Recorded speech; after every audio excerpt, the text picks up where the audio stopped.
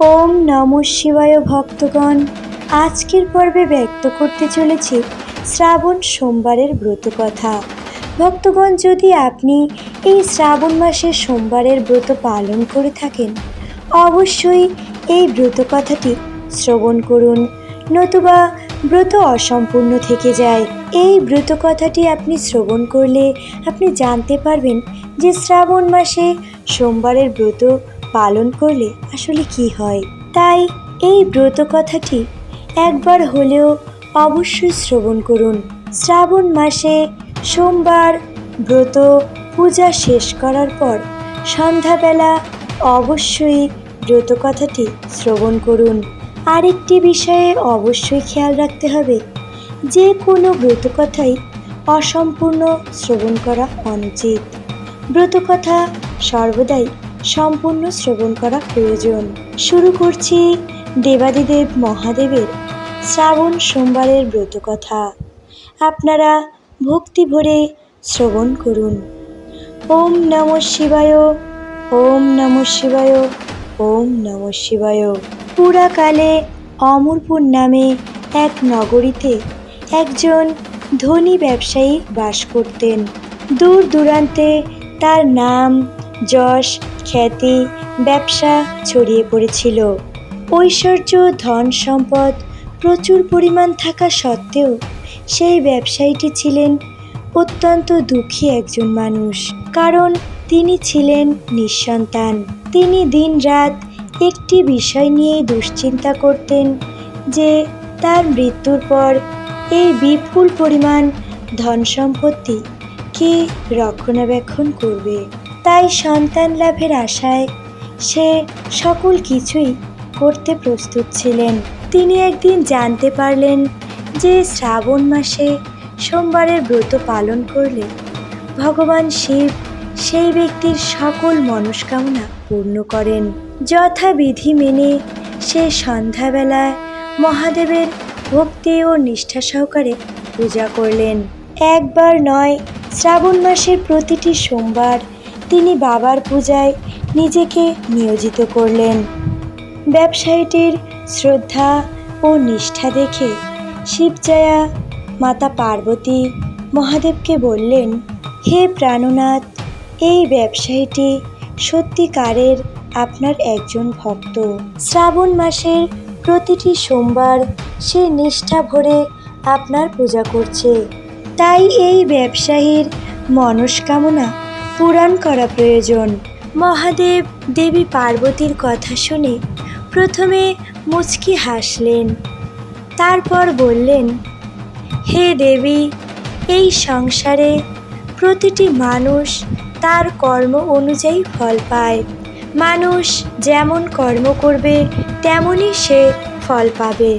ভগবান শিবের এ কথা শোনার পরেও মাতা পার্বতী বললেন, আপনাকে কিন্তু এই ভক্তের মনস্কামনা পূর্ণ করতেই হবে, কারণ অন্য সকল ভক্তের তুলনায় এই ভক্ত সম্পূর্ণ আলাদা। সে শ্রাবণ মাসের প্রতিটি সোমবারের ব্রত নিষ্ঠা এবং ভক্তি সহকারে পালন করেছে এবং সে পুজোর পরেই ভোজন গ্রহণ করেছে। আপনাকে এই ব্যক্তির সন্তান প্রাপ্তির কামনা অবশ্যই পূরণ করতে হবে। দেবী পার্বতীর এত আগ্রহ ও অনুরোধ দেখে মহাদেব বারণ করতে পারলেন না।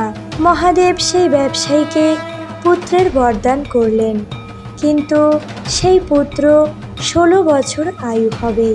শ্রাবণ মাসের শেষ সোমবারের ব্রত পালন করার দিন রাতে মহাদেব ব্যবসায়ীর স্বপ্নে এলেন এবং মহাদেব তাকে জানালেন যে মহাদেব তাকে পুত্রপ্রাপ্তির বরদান করেছেন এবং সেই পুত্র 16 বছর আয়ু হবে।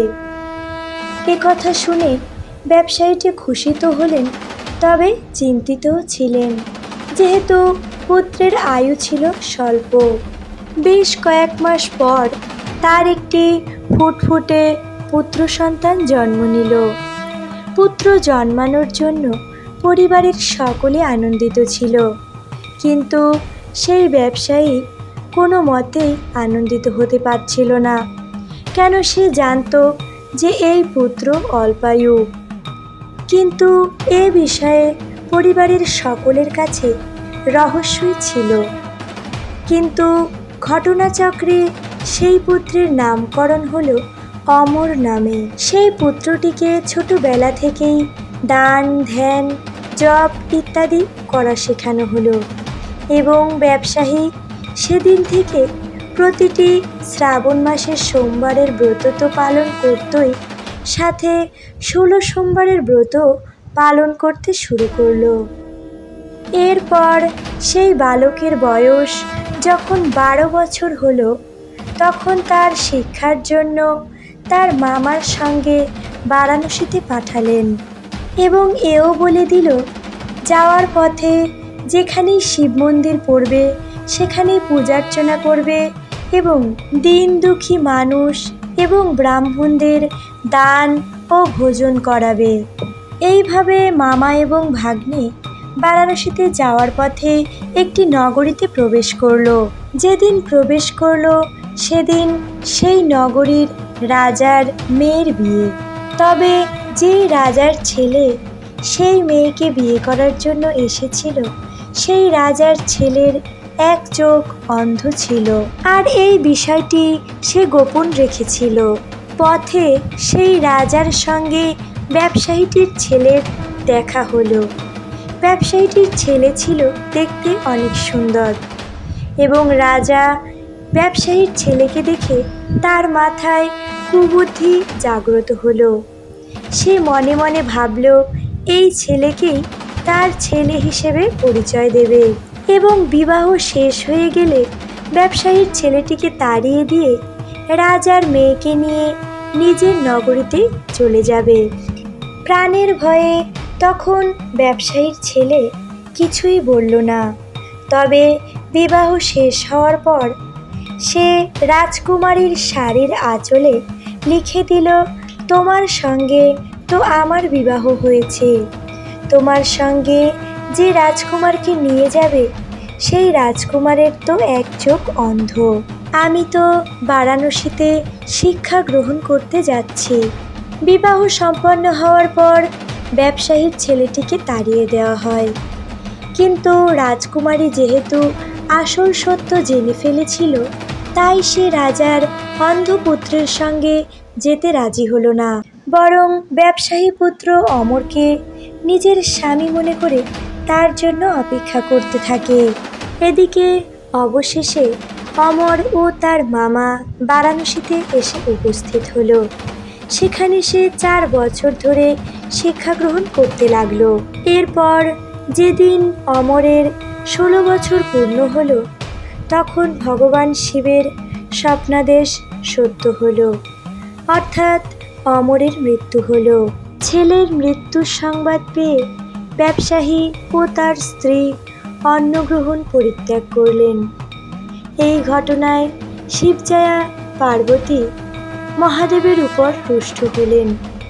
সে মহাদেবের উদ্দেশ্যে বললেন, যে ব্যক্তি সারা জীবন আপনার নিষ্ঠা ও ভক্তি সহকারে পূজা করেছে এবং যার ছেলেও নিষ্ঠা ও ভক্তি সহকারে আপনার পূজা করেছে, আপনি কিভাবে তাদের উপর এরূপ বিরূপ হলেন?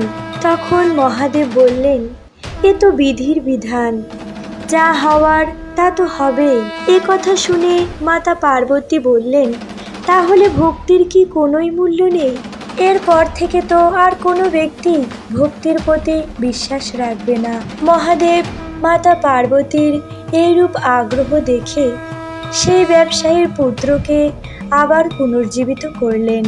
ব্যবসায়ী পুত্র অমর যখন শিক্ষা শেষ করে নিজের বাড়ির দিকে ফিরতে লাগলেন, তখন পথে প্রতীক্ষারত সেই রাজকুমারী এবং রাজার বিপুল ধন সম্পত্তি নিয়ে নিজের নগরীতে প্রবেশ করলেন।